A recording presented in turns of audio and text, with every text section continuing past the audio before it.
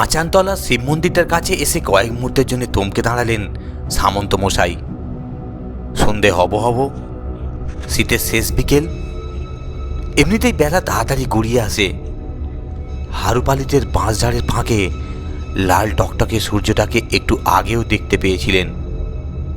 হঠাৎই যেন চারপাশে ঝুপ করে অন্ধকার নেমে এলো। চোখ থেকে চশমাটা খুলে তুষের চাদরের খুঁট দিয়ে ভালো করে মুছে চোখে দিলেন। না, এরকম তো হওয়ার কথা নয়। ভুল দেখছেন নাকি? চশমাটা আবার খুলে চোখ দুটো ডলে নিলেন, ভালো করে খেয়াল করলেন। ভুল তো নয়, ঠিকই দেখছেন। গাটা ছমছম করে উঠল। কৃষ্ণপক্ষের একাদশীর ভর সন্ধে, তাও মঙ্গলবার। এ সময় একা একা এদিকটায় আসা ঠিক হয়নি। হারুপালিকদের বাঁশঝাড়টার বেশ বদনাম আছে। নানা লোকে নানা কথা বলে আসছে। কতজনে নাকি কত কিছু দেখেছে এখানে সন্ধেবেলা। অবশ্য ভুল করেও এসব কথা কোনোদিন গায়ে মাখেননি সামন্ত মশাই।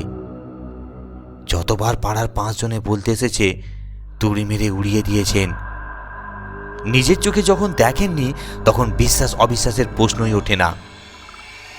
মাঘ মাসের শীতেও নেপু সামন্তের গা দিয়ে ঘাম বেরোতে লাগলো। গলাটা শুকিয়ে কাঠ। চাদরটাকে আলগা করে দিয়ে চারিদিকে একবার ভালো করে তাকালেন। কোথাও জনমনীষীর চিহ্ন দেখতে পেলেন না। নিজের অজান্তেই চোখ চলে গেল মন্দিরের চূড়োটার দিকে।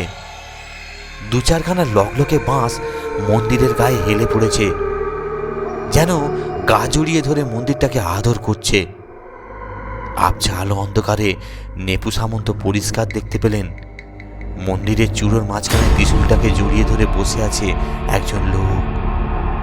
সারা গায়ে চাদর চড়ানো, মুখটা স্পষ্ট দেখা যাচ্ছে না। চমকে উঠলেন সামন্ত মশাই। কানের পাশ দিয়ে সাঁ করে একটা হাওয়া খেলে গেল। বাঁশঝাড়টা বেশ দুলে উঠল। মনে সাহস সঞ্চয় করে সামনে এগোবার চেষ্টা করলেন। পা দুটো যেন মাটিতে গর্ত করে কেউ পুঁতে দিয়েছে। ভীষণ ভারী লাগলো। অনেক চেষ্টা করেও তুলতে পারলেন না। হঠাৎ সামন্ত মশাইয়ের মনে হলো কানের কাছে কে যেন বলে উঠল, মাছ দুটো ধরলি কেন রে বেটা নেপো? কতদিন ধরে খাবো বলে আশা করে আছি আমরা নিজের হাতে বড় করা মাছ। অবিকল বাবার গলা বলে মনে হলো নেপুর।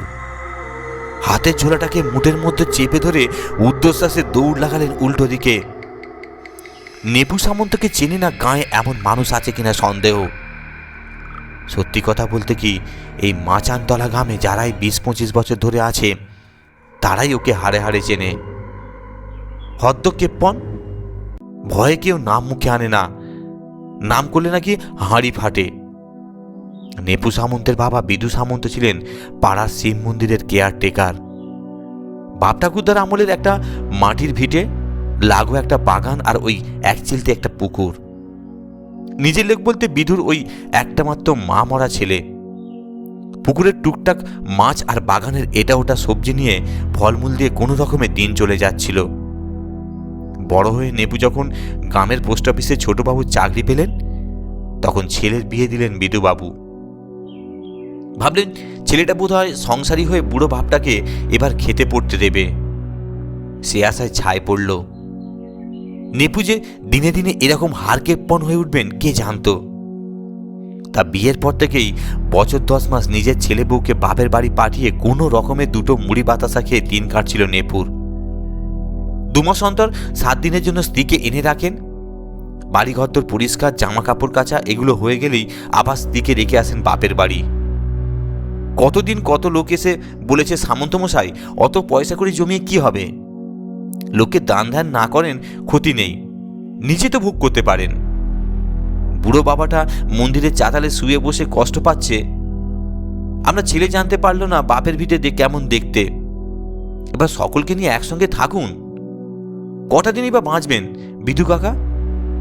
অভাবের তাড়নায় আর মনের দুঃখে শেষ হয়ে বুড়ো না একটা কিছু অঘটন ঘটিয়ে ফেলেন। এসব কথা নেপু সামন্ত জীবনে অনেকবার শুনেছেন। মুখে চোখে যতটা সম্ভব দুঃখ ফুটিয়ে তুলে নেপু বলেছেন, কি করব বলুন, ইচ্ছে তো সবারই হয়, সঙ্গতি কোথায় বলুন, নিজের পেটটাই চালাতে পারছি না, তা বাপ ছেলে বউকে দেখব কোত্থেকে। দিকবিদিক জ্ঞানশূন্য হয়ে ছুটতে ছুটতে বারবার কথাগুলো নেপুর মনে ঝটকা মারতে লাগলো। তখন পাড়ার লোকেরা কথা শুনে বুড়ো বাপটাকে কাছে এনে রাখলেই পারতাম, না হয় মাসে 7 টাকা বেশি খরচা হতো, কিন্তু এমন অঘটনটা হয়তো ঘটতো না। নেপুর চোখের সামনে স্পষ্ট ভেসে উঠল গত মাসের কৃষ্ণপক্ষের একাদশীর কথা। মন্দিরের চুলের ত্রিশূলটা থেকে ওর বাবার দেহটা ঝুলছে, গলায় চাদরটা দড়ির মতো বাঁধা, চোখ দুটো ঠেলে বেরিয়ে আসতে চাইছে, জিভটা বুকের কাছে এসে ঠেকেছে। হঠাৎ নেপুর সারা শরীরটা গুলিয়ে উঠল, বমি ঠেলে আসছে, হাতের থুলেটা আরো শক্ত করে মুঠের মধ্যে চেপে ধরে ছোটার গতি বাড়িয়ে দিলেন। তাড়া খাওয়া হরিণের মতো ক্রোশটাকে পথ দৌড়ে এসে তামলি বাঁধের কাছে পোস্ট অফিসের চাতালে আছড়ে পড়লেন নেপু। গা দিয়ে দরদর করে ঘাম ঝরছে, ব্যয় বেহুঁশ। মিনিট 2 পর নিজেকে সামলে নিয়ে উঠে বসলেন।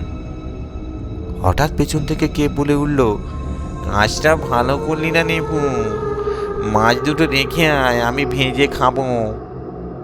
চমকে উঠে চারিদিকে চোখ ঘুরিয়ে নিলেন নেপু। কোথাও কেউ নেই। সন্ধ্যের পর গ্রামের রাস্তায় কেউ থাকে না, একটানা ঝিঁঝি ডেকে চলছে। আকাশে তারার মতো ঝাঁকে ঝাঁকে জোনাকি পিটপিট করছে। দড়াম করে জানলার পাল্লা বন্ধ হওয়ার শব্দ কানে এলো। এ সময় তো অফিস ঘরে কারো থাকার কথা নয়। বিকেলে বেরোবার সময় ভালো করে দরজা জানালা বন্ধ করে গেছেন। পকেট হাতরে চাবির থোকাটা বের করে দরজার দিকে এগোতেই চোখ কপালে উঠল নেপুর। গলায় তালা যেমন তেমনই লাগানো আছে। হাত দিয়ে ঠেলে দেখলেন বন্ধ। জানলাগুলোর দিকে লক্ষ্য করে হাত দিয়ে ঠেলে দেখলেন না, সবকটাই ভেতর থেকে বন্ধ। টানা ঝিঁঝির ডাকের মধ্যেও নেপু স্পষ্ট শুনতে পেলেন ঘরের ভেতর থেকে ধপধপ আওয়াজ, ঠিক যেন কেউ চিঠির ওপর মোহর লাগাচ্ছে। দরজার পাল্লায় কান লাগিয়ে ভালো করে শোনার চেষ্টা করতে যাবেন, রাস্তা থেকে কে বলে উঠল, এই যে নেপুদা, রাতের বেলা তো কি অফিস করবে নাকি? ঘাড় ঘোরাতে নেপুর ভয়টা কেটে গেল। এটা তো খোনা গলার আওয়াজ নয়, তেনাদের গলা বলে মনে হচ্ছে না, সত্যিকারের মানুষের গলা। নিজের বাঁ হাতের চেটোয় একটা চিমটি কেটে দেখলেন, না, বেশ ব্যথা লাগছে।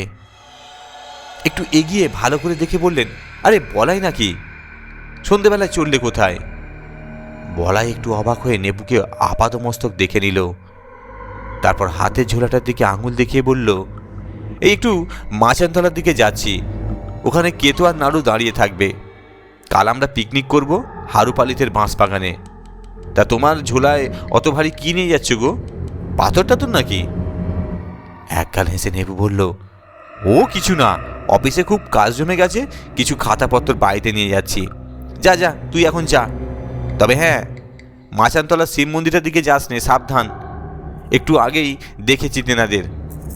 আরে ওসব ভয় আমাদের নেই নেপুদা, কাল তো আমরা পিকনিক করছি, বুঝতেই পারছো। বেকার ছেলে, পয়সা কড়ি বেশি নেই, তা তোমার পুকুর থেকে দুটো বড় মাছ ধরবো। তোমার তো খাবার লোক বলতে কেউ নেই, তুমি তো জীবনে আঁশও ছোঁনি। বলাই হাসতে হাসতে বলল। নেপু দুবার ঢোক গিলে বললেন, এই কি যে বলিস বাবা, মাছ কি আর আছে পুকুরে? ওই সব চারাপোনা থাকলে কি তোদের দিতাম না? পিকনিক করবি তো আনন্দের কথা, দেবে না তাই বলো। তোমার হাত দিয়ে জলই গলে না, তা মাছ তো দূরের কথা। আচ্ছা চলি। বলাই যেতে যেতেই নেপু নিজের মনে একচোটে হেসে নিলেন। তারপর চারিদিক ভালো করে দেখে থলের ভেতর নাড়াচাড়া করে একটা স্বস্তির নিঃশ্বাস ফেললেন। মনে মনে বললেন, খাওয়াচ্ছি মাছ, মাছ দেবো না ছাই দেব? পেছন থেকে কে আবার বলল, আমি মাছ ভাজা খাবো, মাছের ঝোল খাবো, ঝাল খাবো, টক খাবো, লেজা খাবো, মুড়ি ঘন্ট খাবো। চমকে উঠে থলেটাকে বুকের ভেতর ঝাপটে ধরে চাদরের মধ্যে লুকিয়ে এক দৌড়ে বিশু ঘটকদের পুকুরের পাড় দিয়ে এক লাফে সোজা নিজের বাড়িতে উঠোনে। আবার চোখ দুটো ছানা পাড়া হয়ে গেল।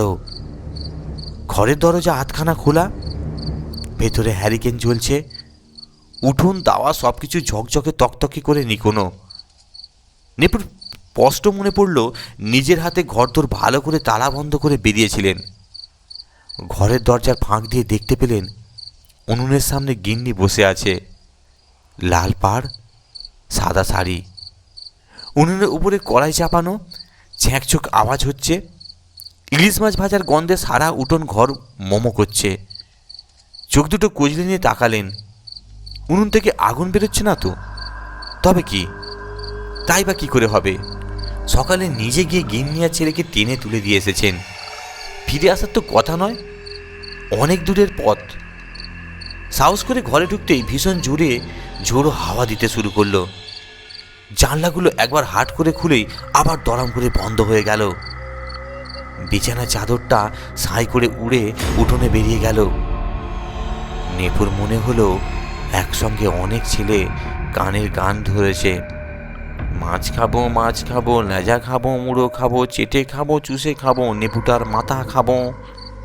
দ্রুত হাতে হ্যারিকেন বলতেটা বাড়িয়ে দিতেই ঘরটা আলোয় ভরে উঠল। গানটাও সঙ্গে সঙ্গে থেমে গেল। নেপু ভালো করে তাকালেন ঘরের মধ্যে। দরজাটায় এর মধ্যে খিল দিল কে? মেঝেতে তাকিয়ে দেখলেন হাঁড়ি, কড়া, উনুন এসব কিছুই নেই। ইলিশ মাছ ভাজার গন্ধটা নাকে লেগে আছে। রান্নাঘর থেকে গিন্নির গলা শোনা গেল, হাত পা ধুয়ে নাও, ইলিশ মাছ ভাজা দিয়ে দুটো ভাত খেয়ে নেবে। রান্নাঘরের দিকে তাকাতেই জানলা দিয়ে পরিষ্কার দেখতে পেলেন বিশু ঘটকদের পুকুর পাড় দিয়ে হেঁটে চলেছে একটা লোক। শরীরটা পুরো হাড়ের, এক কোচো মাংস নেই। হাড়ের হাত পাগুলো ল্যাকব্যাক করছে, টকটক টকটক করে আওয়াজ হচ্ছে ক্রমাগত। নিজের চোখ দুটোকে অবাক করে দিয়ে নেপু দেখতে পেলেন হাড়ের শরীরের কাঁধ থেকে পিঠের ওপর ঝুলছে বিকেলবেলা নিজের পুকুর থেকে ধরা 10 ওজনের দুখানা রুই মাছ। হ্যাঁ করে চিৎকার করে নেপু দড়াম করে মেঝেতে আছড়ে পড়লেন। হ্যারিকেনটা পায়ে লেগে কাত হয়ে কিছুক্ষণ গড়াগড়ি খেয়ে দপ করে নিভে গেল। মাঘ মাসের হিমঝরা রাতে 10টার সময় নেপু সামন্তের উঠোন, ঘরের লোকারণ্য, পাড়া স্কুলের হেডমাস্টার কানাই বাড়ুজ্জে নেপুর মাথার কাছে বসে হাত পাখা নাড়ছেন, ওর স্ত্রী চোখে জলের ঝাপটা মারছেন। নেপু আস্তে আস্তে চোখ মেললেন, গোঙানির মতো অস্পষ্টভাবে বলতে লাগলেন, মেজভূত আসছে, আমাকে খাবে, ও বলাই মাছ দুটো থলের ভেতর রাখ, আছে নিয়ে যাও। আস্তে আস্তে নেপু উঠে বসলেন। বাড়ুজ্জে মশাই হাসতে হাসতে বললেন, সে কি সামন্ত মশাই, শেষকালে আপনাকেও ভূতের ভয় ধরল? আপনি না একদিন বলতেন ভূত বলে কিছু নেই, সব মানুষের কল্পনা, মানুষই মানুষকে ভয় দেখানোর জন্য এসব করে। নেপু ফ্যাল ফ্যাল চোখে তাকিয়ে নিয়ে মাথাটা নিচু করলেন। তারপর আস্তে আস্তে বললেন, বললাম তো বাড়ুজ্জে মশাই, কিন্তু কতক্ষণ আর সাহস ধরে রাখবো বলুন? সন্ধ্যে থেকে একটার পর একটা যা দেখলাম, তাতে কি করে ভূত না মেনে থাকতে পারি? নেপু দুবার ঢোক গিলে আমতা আমতা করে বললেন, আর বলবেন না, কালকেই কানে এসেছিল কাতু, বলারা ফিস্টি করবে বলে পুকুরের বড় মাছ দুটো চুরি করবে। ভাবলাম অমন সাদের বড় মাছ দুটো বেচলে 300 টাকা আসবে, তাই বদ্রীনাথ মালকে দিয়ে মাছ দুখানা তুলিয়ে রাখছিলাম কালকের হাটে বেচে দেবে বলে। তার কপালে। বাড়ুজ্জে মশাই এবার বেশ গম্ভীরভাবে বললেন, ভালোই হয়েছে, আপনার তো অনেক মাছ, না হয় ছেলেরা দুটো মাছই খেলো একদিন, দিলে আপনার কি কমে যেত?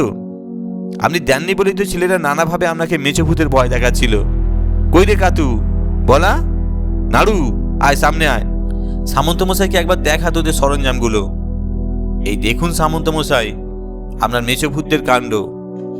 চোখের সামনে একখানা আস্ত কঙ্কাল, একটা টেপ রেকর্ডার, দড়ি, লাল পাড় সাদা শাড়ি, সব দেখে নেপু সামন্ত এবারে সত্যিই হেসে ফেললেন। বাড়ুজ্জে মশাই রেকর্ডারটা চালাতে গম গম করে শোনা গেল, মাছ খাবো, মাছ খাবো, লেজা খাবো, মুড়ো খাবো, চেটে খাবো, চুষে খাবো, নেপুটার মাথা খাবো। ঘরভর্তি লোকের হাসিতে রাত 12টা তো পাড়া জেগে উঠল। নেপুও হাসতে হাসতে বলেন, কাতু, বালা, নাড়ু, মাছ দুটো তোমরাই নিয়ে যাও, ভালো করে খাবে, আনন্দ করবে। বলাই বলল, নেপুদা, আমাদের মাফ করে দিও, অন্যায় করে ফেলেছি। তবে হ্যাঁ, একটা কথা, কালকের ফিস্টিতে কিন্তু আমাদের ক্লাবের তরফে তোমার নিমন্ত্রণ রইল, অবশ্যই যাবে কিন্তু। ধন্যবাদ। গল্পটি শোনার জন্য আপনাকে অসংখ্য ধন্যবাদ। আপনারা সুস্থ থাকুন, ভালো থাকুন, এই কামনা।